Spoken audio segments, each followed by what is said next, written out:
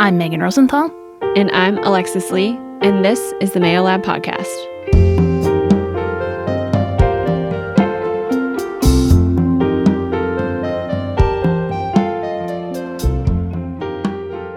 Hello, everyone, and welcome back to Season 2 of the Mayo Lab podcast. I'm Alexis Lee, and as always, joined with Megan Rosenthal. Hi, everybody. And we are so excited to have Dr. Erica Montgomery in the studio today, a UM professor and family member of, this community. So we're so excited. Welcome. Good morning. Thank you for having me. I'm excited to dive into the topic of depression and stigma around depression today. But before we get there, Dr. Montgomery, will you tell us a little bit about yourself, your background, and how you got to UM? Absolutely. I was saying before we got started, this is probably the hardest question that I had to contemplate for this meeting. So I'm a mom. That's one of my favorite roles personally. I have an 8-year-old son, married to my best friend, and I like to read and write, and I really like to meditate. So that's me in a nutshell personally. Professionally, I've been a counselor since 2011, and I started working with families and their children, doing play therapy, working in different capacities, and then a few years into my career, I went into hypnotherapy because I started doing my own deep healing work. So that really interested me as a way to heal on a deeper level with my clients, and so got some training in that, got some training in trauma-focused CBT, and started working with adults, children, and families with trauma. So I've kind of been a little bit of everywhere. And most recently, I completed my PhD in counselor education. I finished that in November of 22. And my dissertation work was actually using mindfulness-based stress reduction to reduce aggression in adolescent girls. Wow. So that was probably the highlight of my PhD, was getting to work with that community, getting to work with those girls. We did the intervention groups in Plantersville, Mississippi. I don't know if y'all know where that is. It's a little south of Tupelo. They were wonderful, and their faculty and staff they were committed to improving the mental health of their kids. And so that was a really important involvement for me. So very thankful that I got the opportunity to do that with them.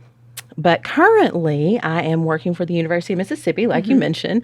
I am clinic director of our COPE clinic. COPE is the Clinic for Outreach and Personal Enrichment, and it's the counselor education training clinic where all of our interns come to do their practicum and internship work. So we offer free in-person and telehealth mental health services to anybody across the state. So another important resource for us just to be able to give back. And I also do youth mental health first aid training. So that's something that we had talked about earlier. That's one of my favorite projects that I have right now, is just being able to teach people how to work with youth who are having mental health challenges. That is incredible. And I am so excited to dive into the breadth of things that you've been involved in your career so far. I think that's very cool. And also, just side note, congratulations on finishing your PhD. Yeah, that's a huge deal as somebody who's done it and then somebody who's about to do it very shortly. That's a huge accomplishment. And what an amazing project to be working with a group of young women and getting them to a better place and figuring out what it looks like so that we can ultimately scale that knowledge and expertise across a broader group of human beings on the planet. I think that's one of the most fun pieces of doing research, right? Is like you're answering questions, but then you're also figuring out, okay, how do we help everyone else who I might not be able to have hands on in the beginning get benefit from this new knowledge? So thinking through kind of the topic of discussion today and what Alexis, mentioned at the beginning, we're talking about depression and kind of what that is and how that manifests itself in our families and our friends and our peer groups and all of that. But because we're thinking through this on kind of an educational level today, can you just give us a little bit of a definition of, from a clinical perspective, what depression is? And then maybe we can go into how it might manifest itself in different groups of people. Sure, yeah. So I think the misconception about depression is that it's just sadness, but it's so much more than sadness. It's this pervasive, persistent, low mood that really impacts every area of a person's life. So ways that can show up may be low energy, it may be sleep disturbances, really losing interest in things that you used to enjoy. just that lack of enjoyment of life, that lack of zest that somebody maybe once had. So it's just a lot more than I think we conceptualize. It can even impact appetite and concentration. So if a person in your life, or if you're experiencing depressed mood or depression in a clinical sense, it can really affect all the areas of your life at once, which makes it that much more difficult to get a handle on. And is there any, because I think what you're saying about depression being a lot of different things, not just being in a bad mood or feeling sad, is there any differences in how it shows up in young people versus adults or young children, because unfortunately we have a growing population of young children who are experiencing depression, our adolescent population, and adults? Is there differences in terms of what you'd look for across those groups? There can be, yes, because oftentimes in children it shows up as acting out. They just don't have the verbal capacity to be able to tell us that I feel sad and I don't know why, or I felt hopeless for several days in a row. They don't have that language. So there's maybe more behavioral. And then adolescence is always a time that's kind of unstable in our development. I think that's the word I'll use, unstable, because everything is just in flux. Everything's changing for us at that time. So it could look like withdrawal from their friends, or if they once loved a sport, then they decide to quit the team. So it can look like withdrawal from things and people that they loved at one time.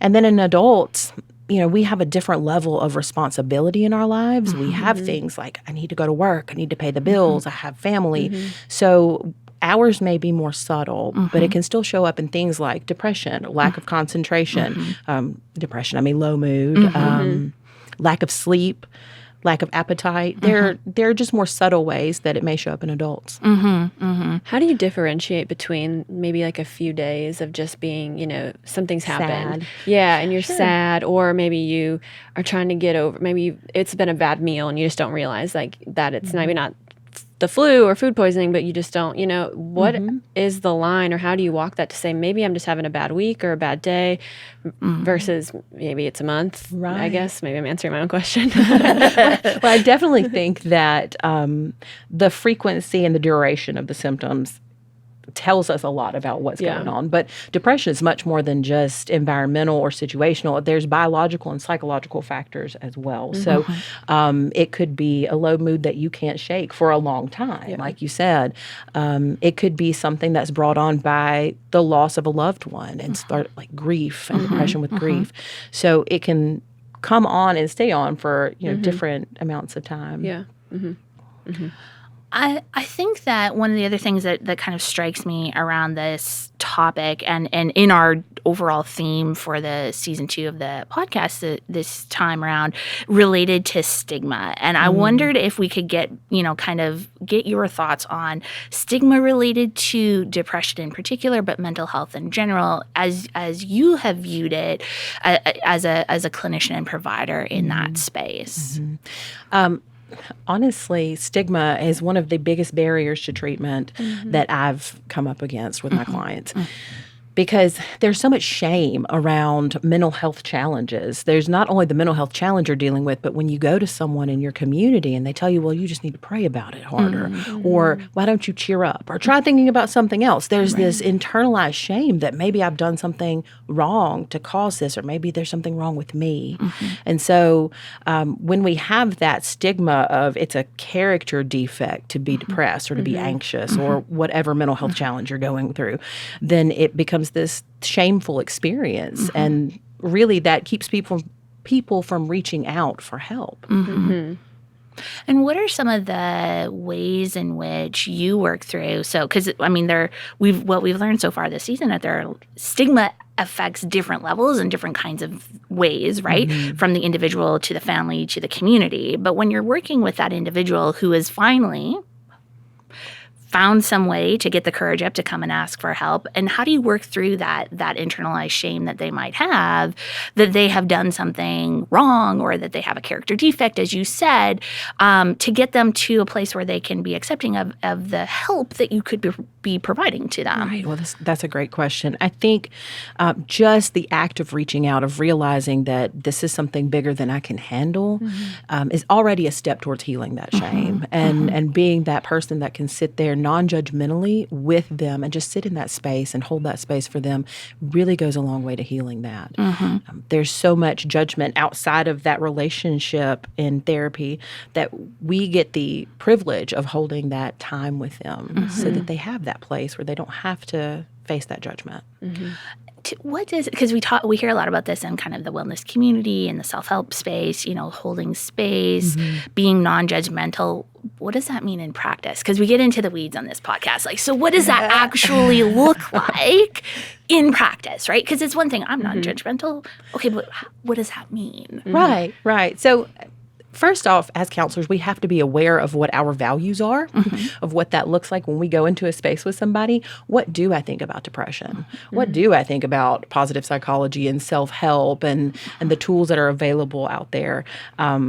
Getting really self-aware with what it means for you to deal with that topic so that you ethically can show up with that person. And if you have those judgments come up, because we're just humans, a counselor is just as human as the next person. So we're going to have thoughts and feelings about the things that come into our space. But we have to learn to set that aside and to say, this is not about me. This time is not for me. This is for the person across from me. So I think the first step is being self-aware of what actually comes up for me during this time with this person. Interesting. I think that's a really good point and something I think that other folks can be thinking about. What are your values? What does that look like? But you mentioned a term or a phrase or a field of research I want to just pause on for a second. What is positive psychology? Can you give us a little overview of that? So for those of the folks who are listening who might not know that term. Sure.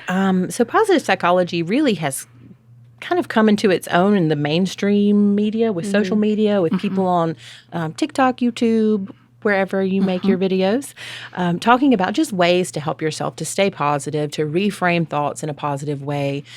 Gratitude plays a big role in positive psychology, and that's not my area of expertise by any means. So my very shallow understanding of it, it's just that reframe of how we're looking at things through a more positive lens. Very cool. That's what I got. No, that's great. That's great. I mean, that's how I would have described it, and I'm not an expert in your field either, so that one I did all right. Shifting a little for as a counselor and then the individual having those one-on-ones to being maybe a family member or a friend. Maybe the person who's suffering with depression can't afford or doesn't have access to counseling and those resources. When they come to friends or family, what's a way that they can kind of, other than what you've named, set aside that judgment in a way and just be available for them, but also not step in and try and act as a counselor? Sure. I think that's an important piece, is that we don't try to, counselors don't give advice, but even if someone that you love comes to you or your friend comes to you and says, hey, I'm really depressed, I'm not able to do things like I used to, and they're really struggling, and you see that, try not to give advice. That would be the first thing, is just listen and just be there. It can be difficult to watch someone that we love go through something hard that we can't fix for them. So our natural inclination is to jump in and try to solve and rescue and fix the problem. But what's most helpful is just to exist with them. So if that means just going to their house and sitting with them on the couch while they lay there and watch TV, that's what we do, just to be in that same space and love them in that way. And if we're talking through, so we've kind of broadened out from that kind of individual one-on-one interaction with a counselor to kind of what do families, how can families exist and be with that person in the moment that they might not be in a good place? But let's bring this back to the stigma piece of this. So in your work, because you've worked with individuals and you've worked with families as well, what are the kinds of stigmas that you witness in your interactions with families as it relates to depression or mental health issues or any of those kinds of things? One of the things that comes up with parents a lot of the times in family therapy is that the parents feel responsible if their child is depressed, like I did something wrong. And so there can be this sense of shame within the family system as well, of the parents taking responsibility for how the child is feeling and saying, well, in my family, we don't feel this way. We don't get depressed in this family, and really taking ownership of that doesn't belong to them. They make it mean something about them and their parenting. They make it mean something about whether or not they did a good job as a parent, and that's really not the case. You can be the best parent that there ever has been, and you can be loving and supportive, and your child can still struggle. I think that is a really brilliant observation, because in the time that Alexis and I have been in this space and talking with families and parents around these kinds of issues, that internalization that parents bring to the table, because nobody has a child with the intention of being that kid is going to have struggles, right? Like that's not what we do, right? And we have, and I believe that comes from a sincere place of just wanting the best for them. And so if you were to, and in your conversations with parents who are kind of working through that, and you're, kind of maybe mental, how I would think about it is like, it's not about you, it's about them. But how do you get parents to that without skipping over the fact that those feelings are real and that come from a good place too, right? So you have a really complicated job, but how do you do that? I do think it's a dance. But recognizing that that's where that parent is coming from, that they want the best for their child, and really validating that feeling of this was not what you wanted for your kid. And there's this powerlessness that I can't fix this, that I can't make it okay. And so just validating those feelings, recognizing where it comes from for them, and that it's, really difficult to watch your child struggle. I think that's the first step in being able to reconcile some of that, is just recognizing it. And when you mentioned the idea or the program that you're involved in with mental health first aid training for youth, can you walk us through a little bit about what that is and why it's something that you have obviously a great deal of passion for and interest in the work, the breadth of work that you're engaged in? Sure. I really do love youth mental health first aid. It's one of my favorite things that I get to do. I always say that my job doesn't feel like work. So this is one of the things that I have the most fun with, is being able to teach people how to help kids who are dealing with mental health challenges, right? So so far we have worked with school districts, we've worked with secondary education students, with UMC down in Jackson. I've worked with different teachers, administrators, coaches to offer this training, just to give the adults in these children's lives some tools, some resources of when you see this, when you see these behavior changes and you notice they're not eating lunch with their friends, or you notice that they cry after class. What can you do to intervene? How can you get them connected to resources? So what we talk about is a 5-step action plan that just gives them the tools that they need to step by step assess what's going on and be able to give those encouraging resources, information, and be able to be a good listener, because we're not taught listening skills, really. So I think it's important to have those listening skills in your back pocket, to be able to be there and ask those open-ended questions just to support and not to give advice. Absolutely. And because we're in the weeds again, can you walk us through what those 5 steps look like without giving the farm away, right? Because if you have access to mental health first aid training for youth, you should absolutely go and take advantage of it. But like, let's do a little teaser so we can get folks interested and signed up. And for people who are interested in it, we have a grant right now, so we're doing it for free through Counselor Education. Yes. So, if that's something that you're interested in, or any listeners are interested in, then there are resources available to get it for free.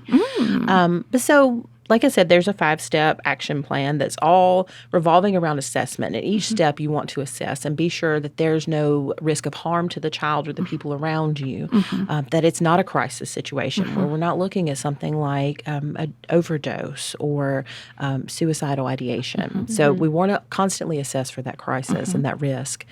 And then just learning how to approach the child. What do I say even, because you're working with, like we said, teenagers earlier.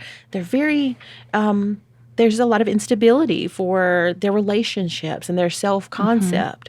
So we want to learn those skills of how do I even begin to approach this person? How do I start a conversation?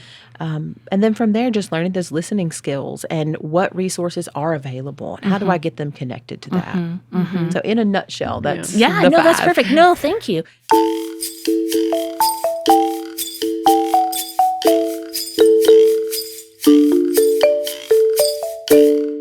You are listening to the Mayo Lab podcast. For more information and resources, visit themayolab.com. Now, back to the episode.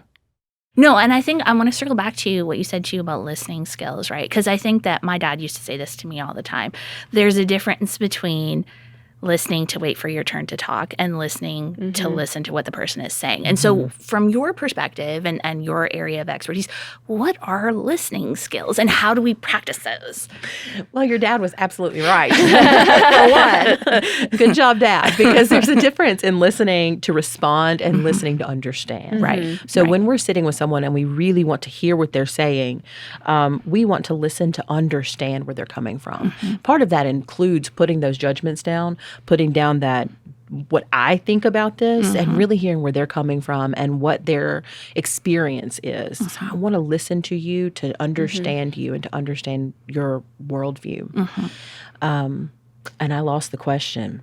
Listening skills. Listening skills. Yeah. Okay. Maybe need to beef up my talking skills. So listening to understand is one.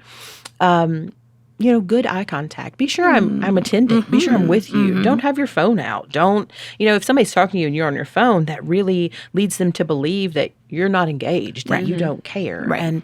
And you could just be holding your phone. You don't even have to be on it. So people are much more likely to approach you and to tell you about their experience in a candid way if you are really attending with your body. So attending with your body, attending with your face, your eyes, your ears, have everything turned on and tuned on. Right. Well, and I love this idea of thinking through the distraction piece, right? Because it's how often do you walk without your phone somewhere or do that? That's such a normal part of our existence It's an extension of my hand. Right. And there was something I read last week was talking about how there's this new syndrome. I'm putting that in air quotes for those of you who are listening. That's talking about the panic people feel when they don't have their phone physically next to them and that not being connected for a time. But I think your points are totally valid and completely well taken to think through how do you attend not just with your ears but with your whole existence, right? And thinking about putting those items down and engaging in that. And when I work with students I'm a qualitative interviewer by training, so part of that is to get people to tell you their secrets, right? That's the job of qualitative interviews. And so it's thinking through not being distracted, attending with your body as you're saying, putting those things away. Because if you think about it from the other side of the table, do you feel listened to when the person who's supposed to be listening to you is holding their phone or scratching notes or not looking at you? Yeah. Right. Yeah, that's a completely normal thing when you flip it around to be well, no, of course they're not listening. But it's a really hard thing to remember to do when you're the person who's supposed to be listening, right? It's like that golden rule, treat others how you want to be treated. Yes. In all facets. It is. No, it's so funny how that those fundamentals keep coming back that golden rule. There's a reason it's been around for us so long.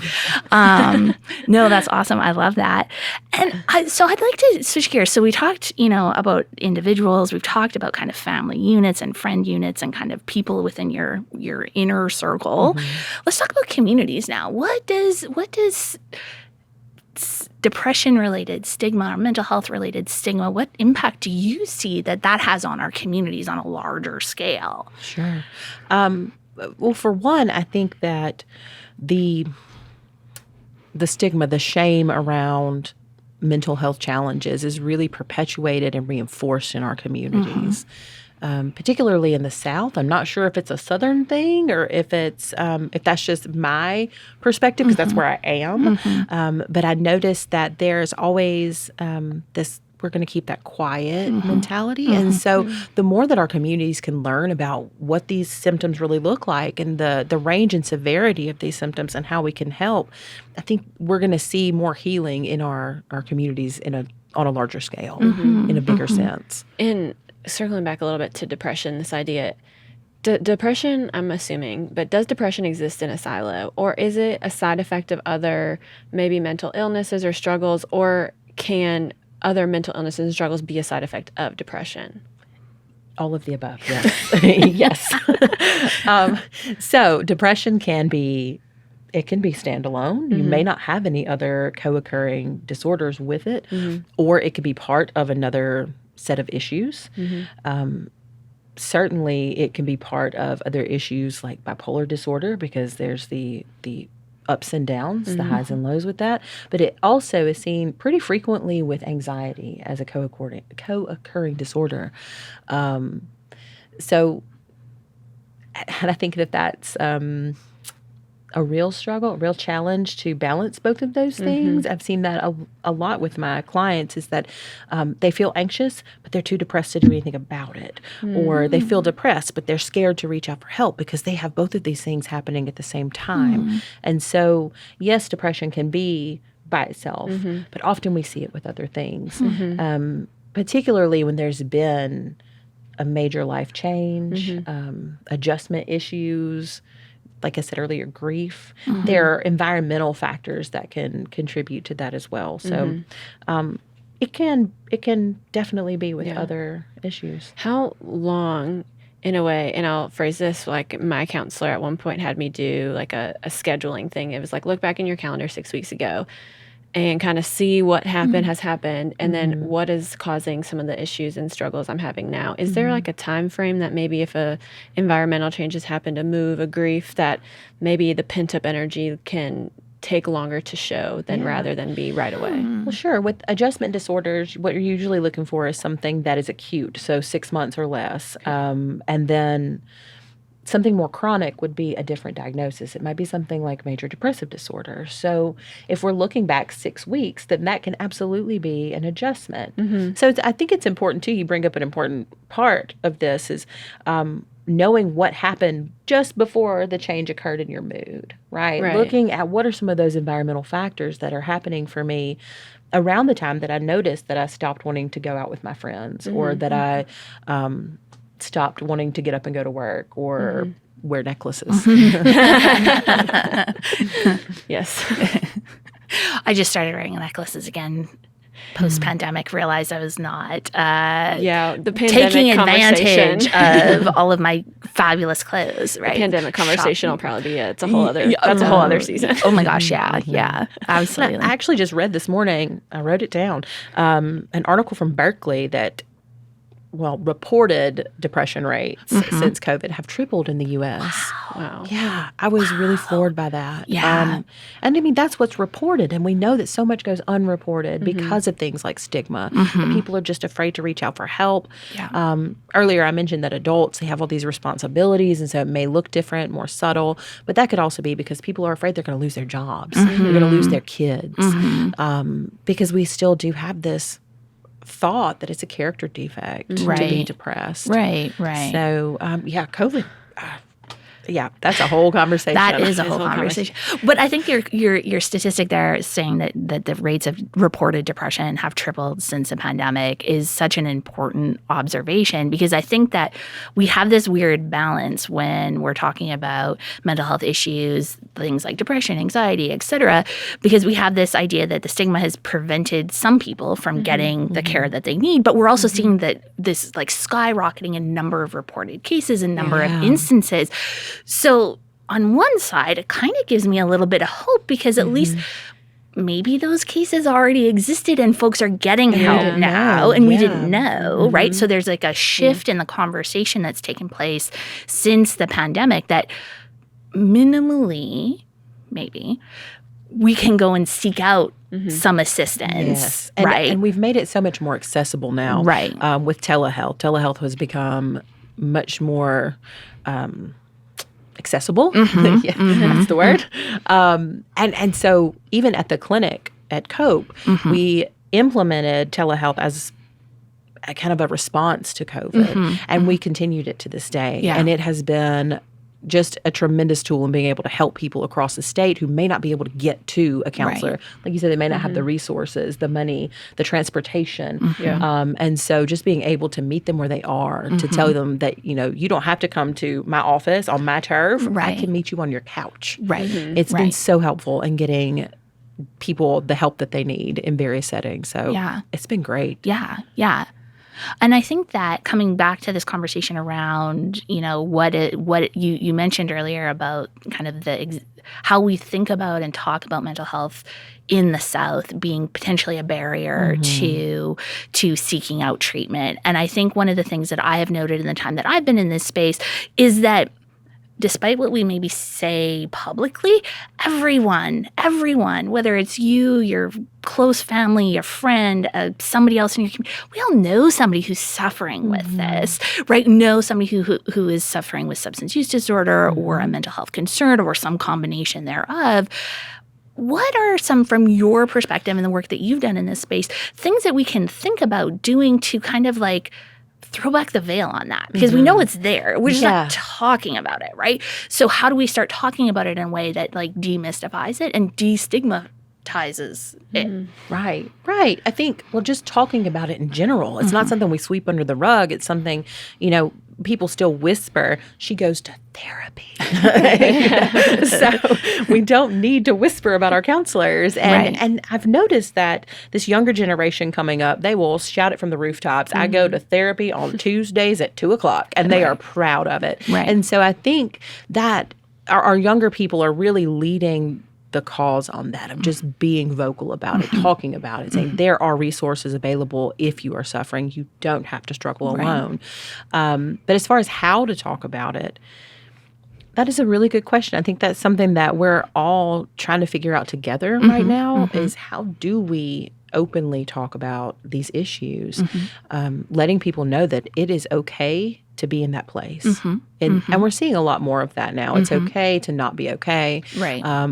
It's okay to ask for help, those types of sentiments. So we're seeing more of that, just being open about what's going on and accepting that people are going to struggle. And one of the things that I think we come across as a society is that we're not comfortable being uncomfortable. Right. So getting more comfortable with that discomfort it would be a huge step in the right direction. Yeah. I actually really love that, right? Because, I mean, it's part of the human condition, right? If we're all human beings and we are, right? And we're going through this life and we're going through these things, and things are going to go bad sometimes and things are going to go well sometimes. And when they go bad, you're going to have bad feelings about it. And sometimes those get out of control, and they're not through any fault of your own. It could be other chemistry, physiological, whatever else is going on. But that's normal. It is. It's totally normal, So to be in a funk. It's totally normal to be angry. It's totally normal to have all of those different kinds of feelings that we kind of like try to put in a box and ignore. It would be abnormal to be perfectly fine after your dog dies. Like that would be abnormal. Right. It's a normal response to an abnormal condition, an abnormal situation. Yeah. Definitely. I listened to a podcast yesterday, and they were saying, one of the things that she loves to tell people is, you are not alone. Yeah. You are not the first person to ever think this thought. You won't be the last. Right. And you aren't the first, and you won't be the last to feel the way you felt. And for some reason, us as humans, we like really want to be special and unique. We all do. I mean, that's true. But the reality is like we're not. We all, everyone's feeling this. Everyone is struggling in some way. Maybe it manifests differently, looks different, is caused by different things, but like, I mean, I have a reality that someone else in my friend group or family is struggling right now. The same things I'm struggling in. Like, that's just the reality. Yeah. I read something recently, and I can't remember where. It was probably on social media somewhere, but it was, we're all in the same storm. We're not all in the same boat. And so while we do have the same experiences, we may not all have the same access to resources to deal with those experiences. So I think that that's an important factor as well, is just being sure that those resources are accessible no matter where you are in life. Yeah. But it is the same storm. We are going through it together. So it's important to know you're not alone. I think I love that idea of making sure those resources are accessible to everyone, right? Everybody. Because that is the goal, right? Is to make sure that everybody can get to a better place and to whatever wellness looks like, happiness, health, whatever it looks like for them. Yeah. I think that. Well, I'm gonna say it like this. Is there something you thought we would talk about today, but we have yet to talk about today that because I see you have notes, so I want to make sure to honor the fact that you did the note writing in anticipation of this conversation today. One of the things that we didn't talk about that I think is interesting is what are we doing to make it worse? Oh. yes. And so one of my notes on that is Yeah. misinformation, especially on social media. Very good, very good. That's a whole kettle of fish. That's a whole podcast by itself. I will say this, and I'm really sorry my parents were here this weekend, and my mom said something about, I read something about this as being true, and I said, where'd you hear that? She said, it was on social media, and I said, yeah, we'll come back to that later. We're going to circle back to that. But I think that's one of the most damaging things that we can do is put it out there saying this food is going to cure your depression or this breathing exercise is going to cure your anxiety. Really, my advice for that would be do your own research. Talk to a doctor. Talk to a counselor. Don't believe everything you hear on social media because they're probably putting it out there for clicks and likes. And so it's not always, sometimes it is. Yeah. Sometimes it is, but it's not always sound advice for what you're going through. And it's not specific to you because the way that it looks for me may look different from the way it looks for you and the way it looks for you. So just being sure to be aware of that. I think your comment about it being for likes or clicks or increasingly in a lot of different spaces for money, right? They're selling whatever thing it is that they've got their program that they developed. Right. And so being cognizant of that, and maybe the program would really work for you, but not diving in headlong before you do a little of your own due diligence, right? Additional research, talking to experts in this space, availing yourself of the variety of different resources that are available for free online, right? Like there's lots of really amazing resources that are available, and we'll link some of those below the episode for this week so you all can have those, saved in your bookmark space for anybody who still does that. But I think that's really important thing to recognize, right? Some things will work for some folks, some things will not work for some folks. But if you're lining somebody else's pockets to your own detriment, I mean, that's not helping anybody, right? You're going to be sure that it's going to be healthy for you. Yeah, absolutely. Not to say you can't use those resources. If you find a meditation on YouTube and it works for you, good, awesome. Do it. But be sure that you're vetting your sources. Yeah. No, absolutely. Absolutely. And I love that because that is one of the goals of the podcast is to make sure that we're getting out those resources to folks that are, have been vetted, that have been recognized as being, based in data, based in evidence, all of those different kinds of things. Well, I love that. And thank you for bringing us back to kind of what could be making it worse. Because I think that's also a really important conversation to have. I think right now, and for those of you who have been listening so far this season, you already remember this. So the thing we like to close with are what is the challenge we're going to leave our listeners with this week? What are some things that they can do for themselves, for their families, and for our communities to be working to building out a better, healthier existence for all of us? Sure. So one of the things I like to do with my clients is ask them these open-ended questions that really get them to dig into what their values are. What are your beliefs? So my challenge would be to think about, what do you think about depression? What are your ideas and your values around that? And what are the messages you've gotten from your family and your community at large about what that might mean? So how do you push back against that? How do you challenge what you've been taught and what's been ingrained in you about depression? Awesome. Awesome. I love that. I love that. Because I think we take so much of that thinking for granted because we're in that existence and we're in our communities and we're in our families all the time. So it's hard to take that step back and really have a bird's eye view of what that ends up looking like. Think about what you're thinking about. What about for families? For families, be patient. That would be, I think, the biggest thing. The first step is be patient. If you have someone in your family that's struggling, we know that you want it to get better. We know that it comes from a place of love, but be patient with them and be present with them. And communities. And communities. Let's start talking about it. Let's have these big, hard conversations and make those resources available. And if you know that there's a community event that's happening, let's get out there and be a part of it and just show up for each other. Awesome. All sound pieces of advice and things that everyone can do like now. So get cracking and let us know how it goes in our comments and our social media feeds. Thank you, Dr. Montgomery, for making the time to be here with us today. We appreciate your time and your expertise, and what a lovely conversation that we've had this morning. I just appreciate the opportunity to be here and to help people learn a little bit about it, demystify it like we talked about. Awesome. So thank you so much for inviting me. Thank you. Well, thank you, everyone, and tune in to our next episode of the Mayo Lab podcast. Have a good day.